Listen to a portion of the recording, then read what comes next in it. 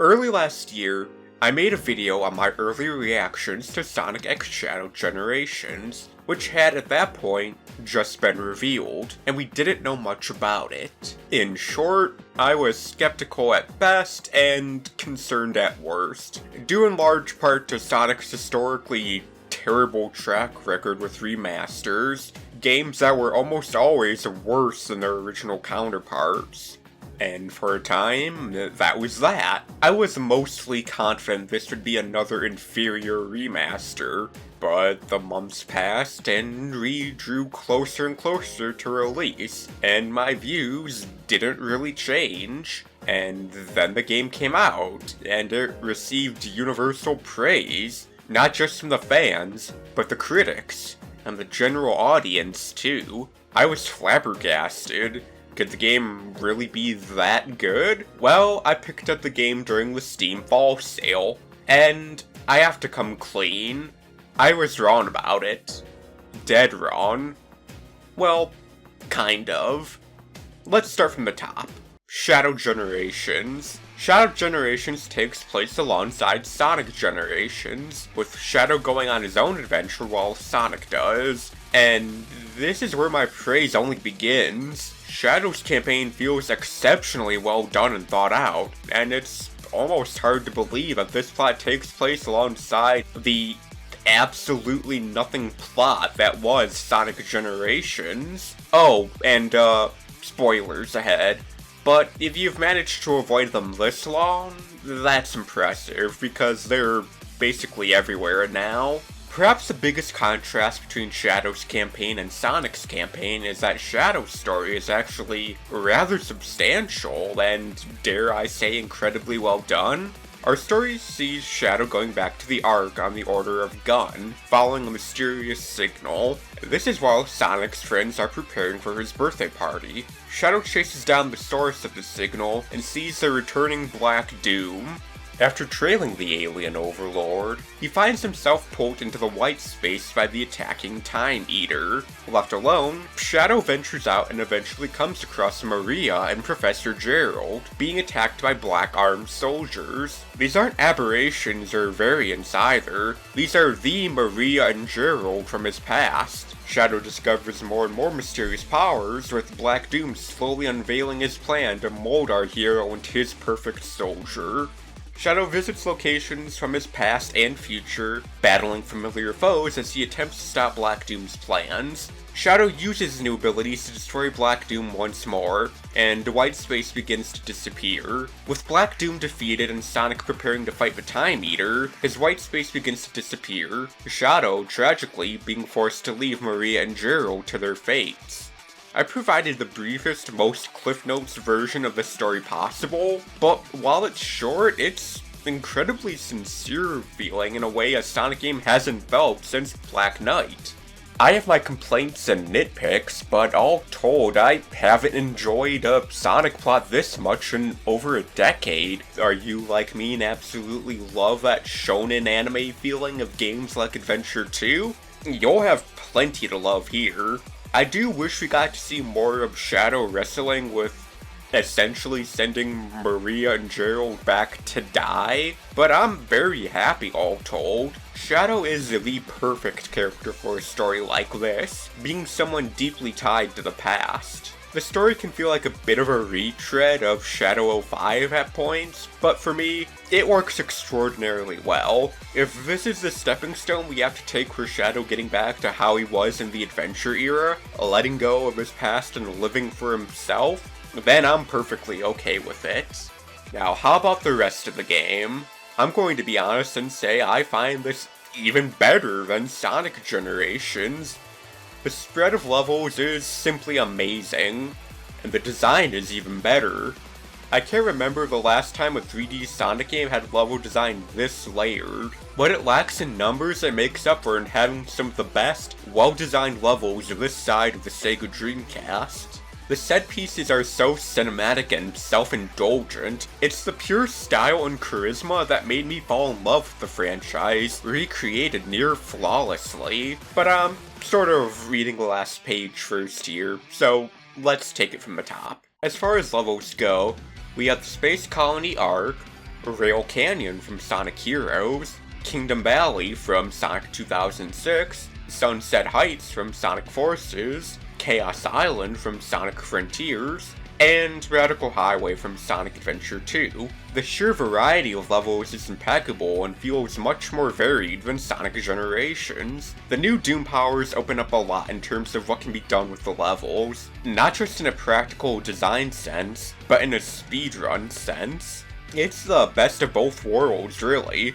Both the hardcore players who like to get everything as optimal as they can down to the very pixel, and the more casual players who don't necessarily want to learn every skip imaginable and where they can sequence break. The way the levels are remixed and reimagined contribute to this as much as anything else. The Arc taking a page from every place imaginable, Final Rush, Final Chase, it even channels the vibes of some of the Arc missions in Shadow the Hedgehog in some areas. Rail Canyon has as much bullet station as it does Rail Canyon itself. Kingdom Valley feels like the ultimate amalgamation of all three Hedgehogs run through it, culminating in an area that's just straight up Sonic's Mach Speed section from the stage. Chaos Island takes the open zone that it was, takes all the little bite-sized challenges that usually resulted in rings or memory tokens or something like that, and makes a fully featured stage out of it, and it's fantastic. And Sunset Heights feels less like a minute-and-a-half tech demo and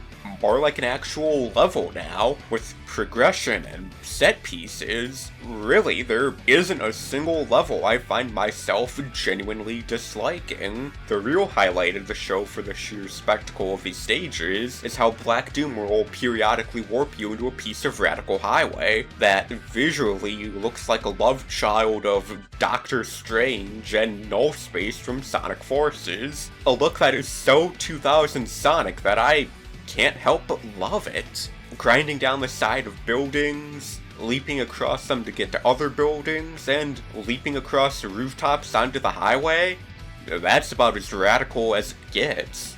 Like Sonic Generations, each stage has 2 acts and several missions, and it makes one important change that I've been wanting for almost 15 years now, at least in the first act. The game is entirely 3D with no 2D sections to speak of. Those are mostly regulated to Act 2, which feels just as substantial as the first act. I'd rather the 2D sections be done away with entirely, but if there is some cosmic force mandating that they have to be there, this is how you do it. White space being entirely in 3D is another very welcome change, giving you far more to explore and experiment with as far as Shadow's new powers go. I don't find myself using every single one of them all the time, but Doom Wings just look so cool that I sometimes activate it just because. And I mean, come on.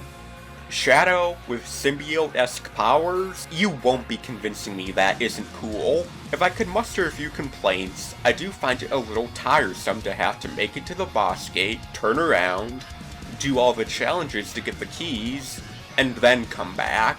I really wish you could just get them ahead of time like in Sonic Generations. This is less a complaint and more a minor nitpick, but you eventually run into Orbot and Cubot, trying to build a rocket to escape the void. You help them out by collecting nuts and bolts around the hub world, and there's a lot of them.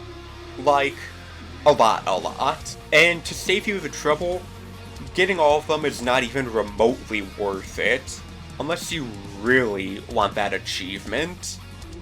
Just trust me on this. This is also a good time to mention how you get the unlockables. You collect different keys throughout the stages and take them to chests scattered around the white space to collect art, music, and a piece of Shadow's backstory, in addition to the music and art you get from challenge gates. To me, this is a massive improvement from the original system in Sonic Generations, because it gives you a ton of incentive to explore and replay levels, finding new paths and trying out all the new Doom powers. On that note, you can also find pieces of Gerald's journal being carried around the white space to learn even more about the history of the arc and the incidents that led us to Sonic Adventure 2 and onward. So, those of you who play the game digitally or didn't pre-order it aren't totally left out.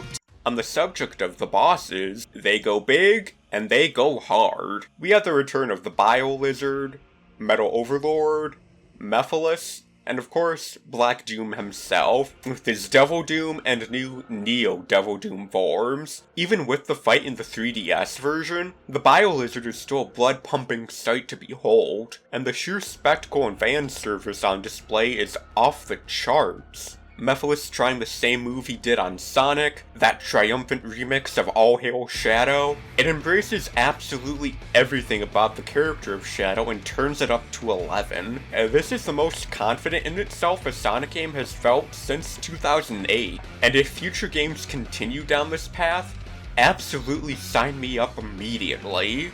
We just had a decade of the franchise doing nothing but reminding us how good the Genesis games were, aside from an embarrassing side tangent into Boom. To see the energy and spirit of the adventure era be so readily and so confidently put front and center is precisely the energy I want to see moving forward. I'd love to see this game get some DLC, like Egg Fleet or White Acropolis, since neither Shadow or Sonic's games have the dedicated snow level, or Mystic Mansion for the lack of a haunted house level. The lack of Westopolis and the Black Comet also feels weird, so I'd definitely add those in. Perhaps Flame Core, or Aquatic Base, or Sky Troops, or Mad Matrix, or... I'm getting ahead of myself. The point is, there are a ton of levels I'd love to see brought to this, and I sincerely hope that's on the table. The DLC stage dedicated to the third Sonic movie is...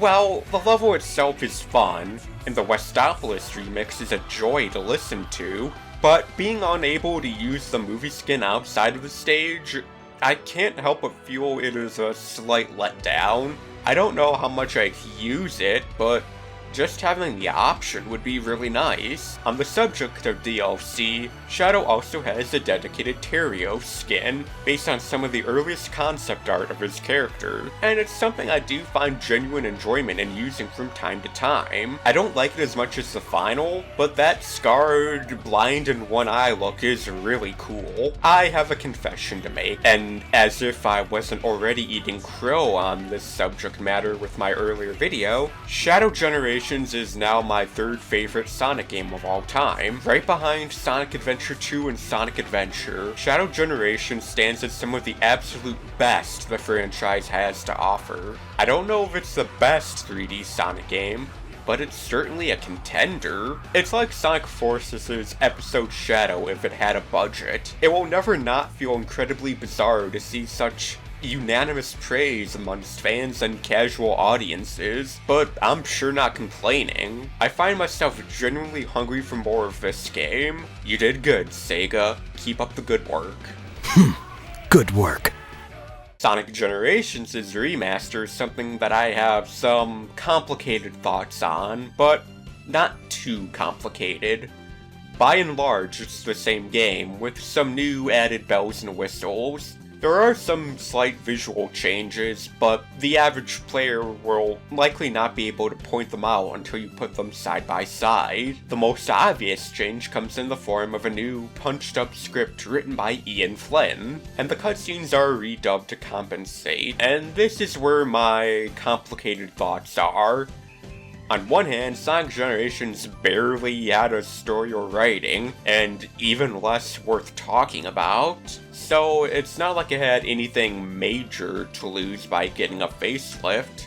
On the other hand, I feel it set something of a concerning precedent, and some of the most obvious changes in the writing come in the form of Amy, now far closer to how she was in the likes of Sonic Frontiers, and I hope this isn't a trend that continues, because in a remaster, I do believe it should be more faithful to the original vision of the game, so to retroactively go back and make it seem like everything was always this way, that, for example, Green Hill was always a super regular location to the point of being crammed down our throats, and not just a place Sonic had visited once on his many adventures, is something I don't want. The rewrites feel less like an improvement and more like just a change. Less a step up and more just a step to the side. It's still not great, but with using the same animations, I don't know if this story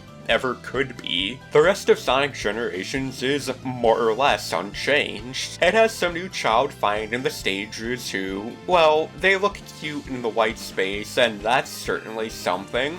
Being able to more easily track what red star rings you have is a good quality of life improvement, as is being able to have up to 3 save files per campaign. One change I greatly welcome is the ability to turn lives off and on. Lives have become sort of a contentious debate for games, with many modern releases foregoing them entirely. Sonic Colors Ultimate most notably had the incredibly tacked on tail save mechanic, but for this game, such an option is entirely optional. If you want lives back, you can turn them on if you so choose. If you don't, you can leave them off. It's the sort of everybody wins that feels incredibly rare with these kinds of games. Both Sonics also now have the drop dash from Sonic Mania, and to be frank, I never found it very useful for any of them. It works better for Classic than it does Modern, but when it comes to utility, I'd rather just use the overpowered spin dash or boost. The drop dash doesn't have nearly the power it does in Sonic Mania, so I usually just don't use it. Something that applies to both Shadow and Sonic Generations is the ability to switch between legacy controls, in which the game controls more or less like how it did in 2011, or the new standard controls, based on the framework of Sonic Frontiers. And really, you can't go wrong with either, as I comfortably enjoyed both games with both settings. If you're playing on PC, you can also go hog wild and customize your controls entirely.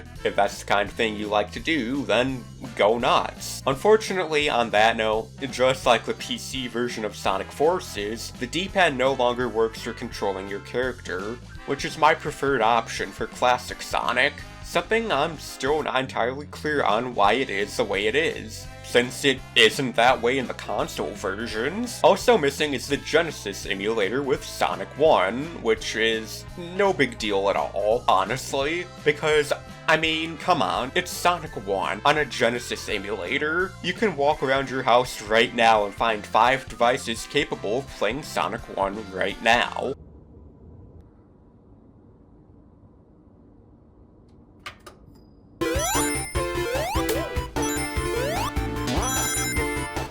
If you really want to play the game that badly, you aren't exactly short on options, especially not these days. I do also mourn the loss of 30-second trials and the leaderboards. It was a fun, competitive way to encourage replaying the stages against friends. It's true that hackers are a pretty persistent problem on leaderboards, but getting rid of them entirely feels like a rather nuclear solution. It does come with the Casino Night DLC, however, which is something that I don't spend a lot of time with, but is nice to see. That remix is absolutely immaculate, and really, that's kind of it. The game is cleaned up a little for modern systems, but it is largely the same game it ever was, and Sonic Generations is a good game. So I don't know if I'd want radical changes, and I don't think new levels or bosses were ever feasible in the time frame it was given, but I do wish we at least got some more music to play with. We've had no shortage of bangers to come out of the franchise in the 14 years since Generations' original release, so it would have been nice to see them get some representation. It feels like a massive missed opportunity that Sonic Mania, Sonic Lost World, and Sonic Forces didn't get any musical representation at all, even if we did get Forces music in Shadow's campaign. Titanic Monarch, my absolute beloved. It's hard not to feel like Sonic's campaign got the short end of the stick as far as re-releases go.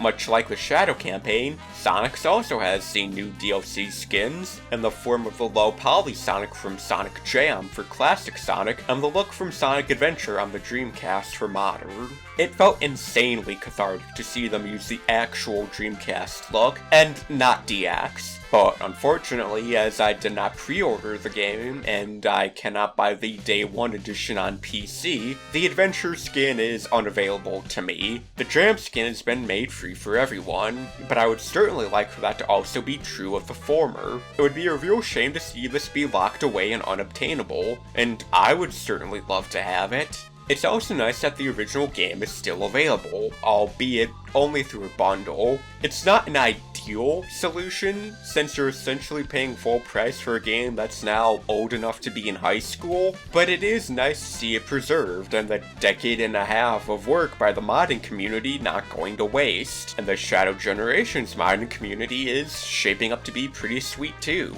So, in short, yeah, I was wrong about the game. It ended up blowing my expectations far and away out of the water, and I've never been happier to be wrong. I don't know if it's taking home any awards for greatest remaster of all time or anything, but it's refreshing to see that it's more or less Sonic Generations as I remember it, with an even better, cooler game on the side that embraces the side of Sonic that I fell in love with to begin with. It's nice to finally have a Sonic remaster that isn't a complete travesty. If you still haven't gotten Sonic X Shadow Generations, please do. Show Sega where the money is, and that this is the good stuff we want more of. You've got yourself a winner, Sega.